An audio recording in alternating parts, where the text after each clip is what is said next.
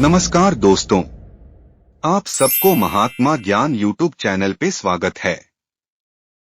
हिंदू धर्म का प्रचार और प्रसार करना हमारा उद्देश्य है। आप भी हमारे इस मुहिम में महात्मा ज्ञान यूट्यूब चैनल के साथ जुड़कर अपने धर्म के प्रति कर्तव्य का निर्वाह कर सकते हैं। 84 लाख योनियां अलग अलग पुराणों में अलग अलग बताई गई हैं, लेकिन हैं सभी एक ही। अनेक आचार्यों ने इन 84 लाख योनियों को दो भागों में बांटा है।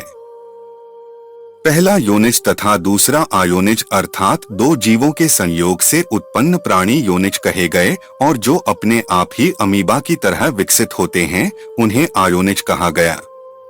इसके अतिरिक्त स्थूल रूप से प्राणियों को 3 भागों में बांटा गया है। एक जलचर, जल में रहने वाले सभी प्राणी।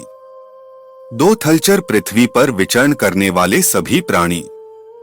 3 नभचर, आकाश में विहार करने वाले सभी प्राणी। उक्त 3 प्रमुख प्रकारों के अंतर्गत मुख्य प्रकार होते हैं, अर्थात 84 लाख योनियों में प्रारंभ में निम्न 4 वर्गों में बांटा जा सकता है। 1 जरायुज, माता के गर्भ से जन्म लेने वाले मनुष्य पशु जरायुज कहलाते हैं।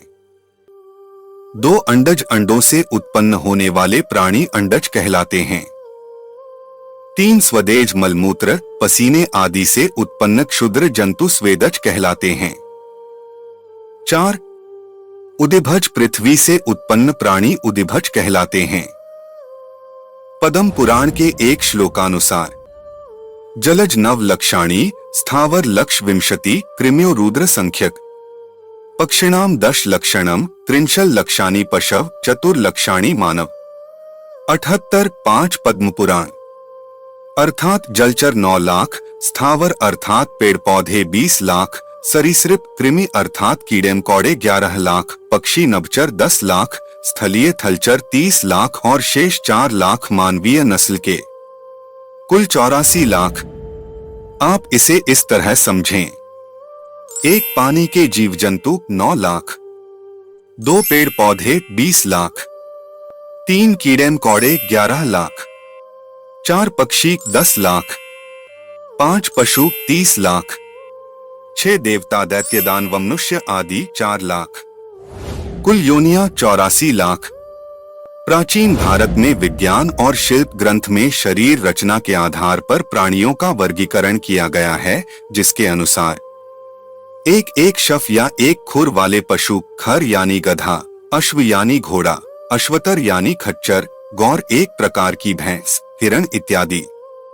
2 द्विशफ, 2 खुर वाले पशु, गाय, बकरी, भैंस, कृष्ण मृग आदि। 3 पंच अंगुल यानी 5 अंगुली नखों वाले पशु, सिंह, व्याघ्र, गज, भालू, श्वान यानी कुत्ता, श्रृंगाल आदि।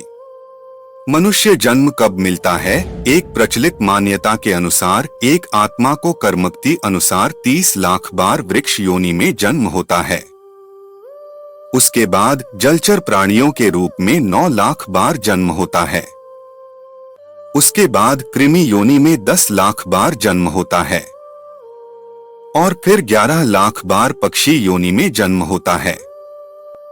उसके बाद 20 लाख बार पशु योनि में जन्म लेना होता है। अंत में कर्मानुसार गौ का शरीर प्राप्त करके आत्मा मनुष्य योनि प्राप्त करता है और तब 4 लाख बार मानव योनि में जन्म लेने के बाद पितृ या देव योनि प्राप्त होती है। यह सभी कर्मानुसार चलता है।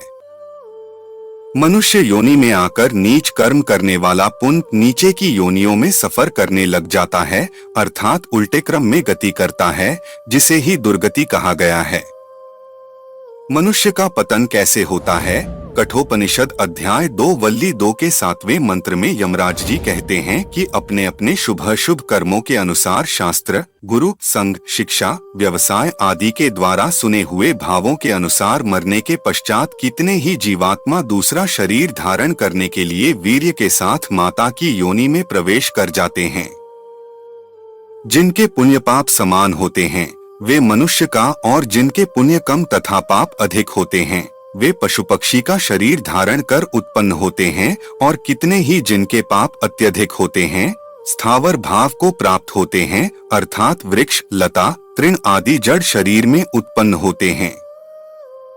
अंतिम इच्छाओं के अनुसार परिवर्तित जीन्स जिस जीव के जीन्स से मिल जाते हैं उसी ओर ये आकर्षित होकर वही योनि धारण कर लेते हैं। 84 लाख योनियों में भटकने के बाद वह फिर मनुष्य शरीर में आता है।